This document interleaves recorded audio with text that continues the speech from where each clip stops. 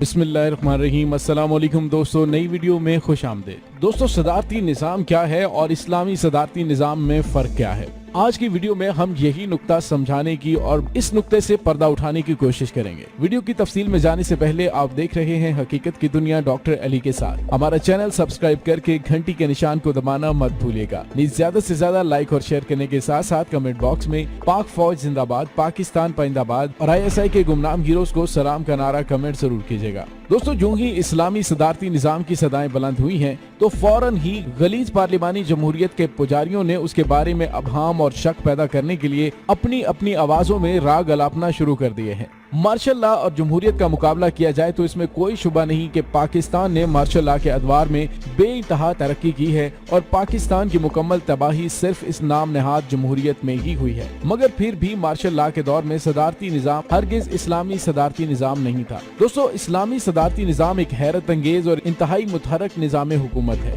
ये इतना गैर मामूली, तरक्की पसंद, जदीद और हमगीर है कि जदीद दौर में कोई भी सियासी निज़ाम इसके करीब भी नहीं फटक सकता। लिहाजा गुलाम ज़हन इसके जाहो जलाल का तसव्वुर भी नहीं कर सकते। इस्लामी सदारती निज़ाम के अगर कोई करीब तरीन मिसाल दी जा सकती है तो खिलाफत राशिदा का निज़ाम है। चारों खुलफाए राशिदीन अगर आज की जुबान में बात की जाए तो इस्लामी सदर थे। उनके पास इंतहाई काबिल तरीन और मुखलिस तरीन टेक्नोक्रेट्स की एक बड़ी टीम थी। हर काबिल शख्स मशवरे देने के लायक था, मगर हतमी फैसला सदर के हाथ में था। दोस्तों, दीन इस्लाम का कमाल ये है कि ये इस कदर मुतहरक है कि हर दौर और हर जमाने में जदीद तरीन ही रहता है। इसके निज़ाम सियासत और हुक्मरानी में फौजी या सिविल हुक्मरान का फर्क सिरे से मौजूद ही नहीं है। तमाम मुसलमान हुक्मरान नबी रहमत सल्लल्लाहु अलैहि वसल्लम से लेकर आने वाली सदियों तक खुद ही सिपा सालार भी थे और सियासी लीडर भी। आप एक मुसलमान हुक्मरान को अमीर कहिए, सुल्तान कहिए, खलीफा कहिए या फिर सदर, इससे कोई फर्क नहीं पड़ता। हजरत इकबाल फरमाते हैं कि अगर मगरिब को लफ्ज़ इस्लाम से चिढ़ है तो इसी इस्लाम का दूसरा नाम फक्रे गयूर है। इस्लामी सदारती निज़ाम में काबीना भी मुतहरक होगी, सदर की जानिब से नामजदगी होगी, न कि इंतखाबात के नतीजे में मुंतखब। दोस्तों, मुतहरक काबीना का मतलब ये है कि जो भी काबिल शख्स हो उससे मशवरा लिया जा सके,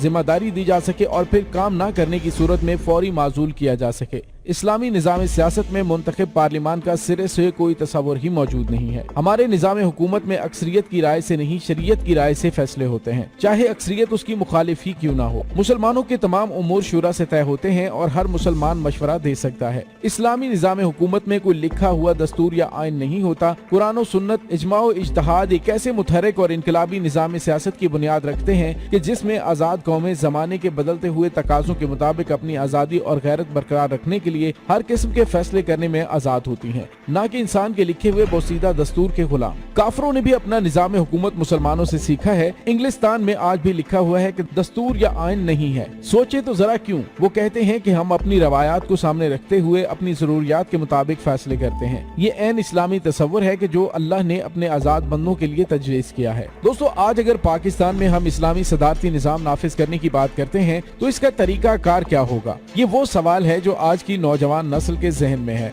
और उसके बारे में मुनाफिकीन बहुत अबहाम फैला रहे हैं। तरीका कार ये होगा कि पूरे पाकिस्तान में से 5 या 6 आला तरीन काबिल मुसलमान मुहिब्बे वतन लोग जो कि खुद इक्तदार की हवस न रखते हों, सदर के उम्मीदवार के तौर पर मुंतखब किए जाएंगे और फिर पूरी कौम उनमें से बराह रास्त सदर का इंतखाब कर लेगी। सदारती उम्मीदवारों के इंतखाब के लिए एक ताकतवर तरीन गैर जानिबदार कमीशन तश्कील दिया जाएगा, जिसमें रियासती इदारों, सुप्रीम कोर्ट, मुसल्लह अफवाज, इंटेलिजेंस एजेंसियों और मुआशरे के मुस्तनद दानिश्वरों की एक जमात पूरी तहकीक और तफ्तीश के बाद सारी जिंदगी की कारकर्दगी और काबिलियत सामने रखते हुए फैसले करेगी। सदारती उम्मीदवार के लिए कोई शख्स खुद अपने आप को पेश नहीं कर सकता। नबी रहमत सल्लल्लाहु अलैहि वसल्लम की वाज़ेह तरीन हदीस मुबारक है, जिसका मफहूम है कि हम हरगिज ऐसे किसी शख्स को अपना हुक्मरान नहीं बनाएंगे जो खुद ओहदे की तलब करे। इस्लामी सदारती निज़ाम में मुंतखब सदर करारदाद मकासद के मुताबिक कुरान और सुन्नत के अहकामात के ताबे फैसला करने का पाबंद होगा। इस तरह वो कोई मुतलकुल अनान डिक्टेटर नहीं बन सकता, बल्कि अल्लाह के दीन का मुहाफिज होगा। वो ताकतवर और बाइख्तियार होगा और पूरे मुल्क से आला तरीन अफराद का इंतखाब करेगा। اسلامی صدارتی نظام میں ملک چلانے کے لیے جن قابل ترین افراد کا انتخاب کیا جائے گا ان کی تصدیق اور چھان بین بھی وہی طاقتور کمیشن کرے گا جو پہلے صدارتی امیدوار کا انتخاب کر چکا ہوگا۔ یہ ایک طرح سے ایک ایسی طاقتور قومی JIT ہوگی جو حکمرانوں پر کڑی نظر رکھے گی۔ اسلامی صدارتی نظام میں نہ تو یہ حرام خور سیاسی جماعتیں ہوں گی جو کہ صوبائیت، قومیت، لسانیت یا فرقہ واریت کی بنیاد پر ووٹ مانگتی ہیں، اور نہ ہی ایسی ناپاک پارلیمان ہوگی کہ جہاں کروڑوں اور اربوں لگا کر سیاسی لٹیرے ملک لوٹنے کے لیے آتے ہوں۔ اسلامی صدارتی نظام میں پارلیمان ضرور ہوگی، مگر ایسی پارلیمان جس میں تمام قومی اداروں کی نمائندگی ہوگی۔ کسانوں سے لے کر مسلح افواج تک ملک کی تعمیر و ترقی میں حصہ لینے والا ہر طبقہ اپنے نمائندہ تنظیموں کے ذریعے پارلیمان میں موجود ہوگا اور ملکی ترقی اور قانون سازی کے حوالے سے اپنے مشورے دے سکے گا۔ دوستو، آج خود تحریک انصاف میں اسلامی صدارتی نظام کے لیے آوازیں بلند کی جا رہی ہیں، مگر ایک بات ہم آپ کو بہت اچھی طرح واضح کر دیں کہ اسلامی صدارتی نظام کے لیے ریفرنڈم کرانے کا مطلب یہ نہیں کہ عمران خان براہ راست صدر بھی منتخب ہو جائیں گے۔ صدر کے انتخاب کا طریقہ میں نے آپ کو پہلے بتایا ہے۔ اسلامی صدارتی نظام میں طاقتور صدر ملک کا سیاسی رہنما بھی ہوگا اور سپہ سالار اعلیٰ بھی۔ مسلح افواج کی قیادت، مشیروں اور وزیروں کا انتخاب، عدلیہ کے ججوں کی تعیناتی اور قومی اور ریاستی اداروں کے سربراہان کا تعین صدر کا اختیار ہوگا کہ جو مشیروں اور کابینہ کی رائے سے فیصلہ کرے گا۔ حضرت علامہ اقبال نے اسلامی صدارتی نظام کی تشریح کچھ اس طرح سے کی ہے کہ یہ وہ نظام حکومت ہے جس میں جنیدی اور اردیشی ایک جگہ جمع ہو جائے گی، یعنی ایسا شیر دل حکمران کے جو سیاسی اور فوجی طاقت بھی رکھتا ہو اور اپنے قلب میں ایک روحانی وجود بھی۔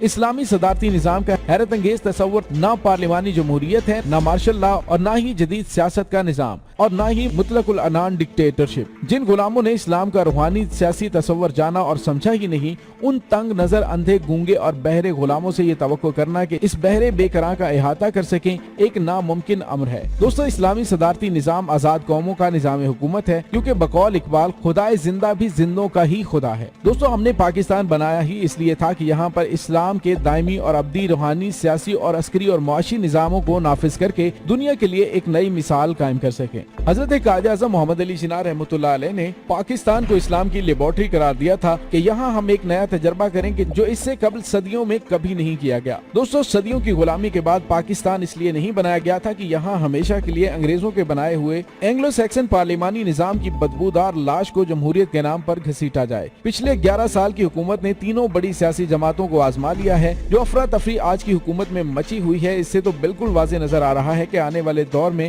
نہ تو کوئی اور الیکشن ہوں گے اور نہ ہی پارلیمانی نظام کی لاش کو گھسیٹا جا سکے گا۔ نظام تو اب بدلنا ہی ہے، تو بہتر نہیں کہ ہم اپنے دین کی جانب لوٹ جائیں۔ قائد اعظم محمد علی جناح رحمۃ اللہ علیہ سے جب پوچھا گیا کہ پاکستان کا آئین کیا ہوگا، تو اس پر قائد اعظم نے جو جواب دیا کہ میں کون ہوتا ہوں اس ملک کو آئین دینے والا، جبکہ ہمارے پاس 1300 سال پہلے قرآن و سنت کی شکل میں دستور پہلے سے ہی موجود ہے۔ اب اللہ صرف ایسے مرد آزاد تلاش کر رہا ہے جو اس دستور کو نافذ کر سکے۔ یہ غازی، یہ تیرے پراسرار بندے جنہیں تو نے بخشا ہے ذوق خدائی، دو نیم ان کی ٹھوکر سے صحرا و دریا، سمٹ کر پہاڑ ان کی ہیبت سرائی، دو عالم سے کرتی ہے بیگانہ دل کو، عجب چیز ہے لذت آشنائی، شہادت ہے مطلوب و مقصود مومن، نہ مال غنیمت نہ کشور کشائی، خیابان میں ہے منتظر لالا کب سے،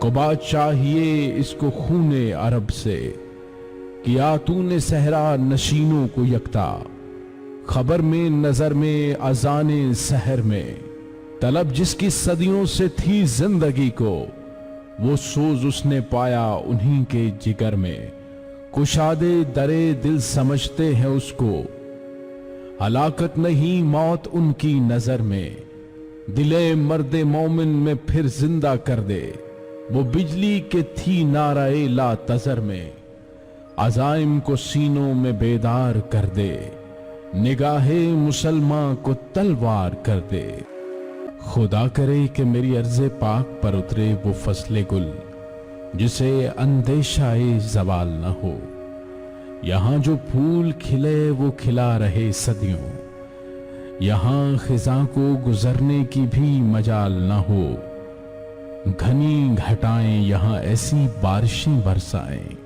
کہ پتھروں سے بھی رویدگی محال نہ ہو، خدا کرے کہ نہ خم ہو سر وقار وطن، اور اس کے حسن کو تشویش ماہو سال نہ ہو، हर एक फर्द हो तहजीबो फन का औचे कमाल, कोई मलूल न हो। दोस्तों इस दुआ के साथ डॉक्टर अली को इजाजत दीजिए कि अल्लाह ताला पाकिस्तान को मुखलिस क़यादत नसीब फरमाए और पाकिस्तान तरक्की की राहों पर गामजन हो सके। इंशाल्लाह बहुत जल्द मिलते हैं एक नई वीडियो में, तब तक के लिए अपना ख्याल रखिएगा। पाक फौज जिंदाबाद, पाकिस्तान पाइंदाबाद, ISI के गुमनाम हीरोज को सलाम, अल्लाह वारिस।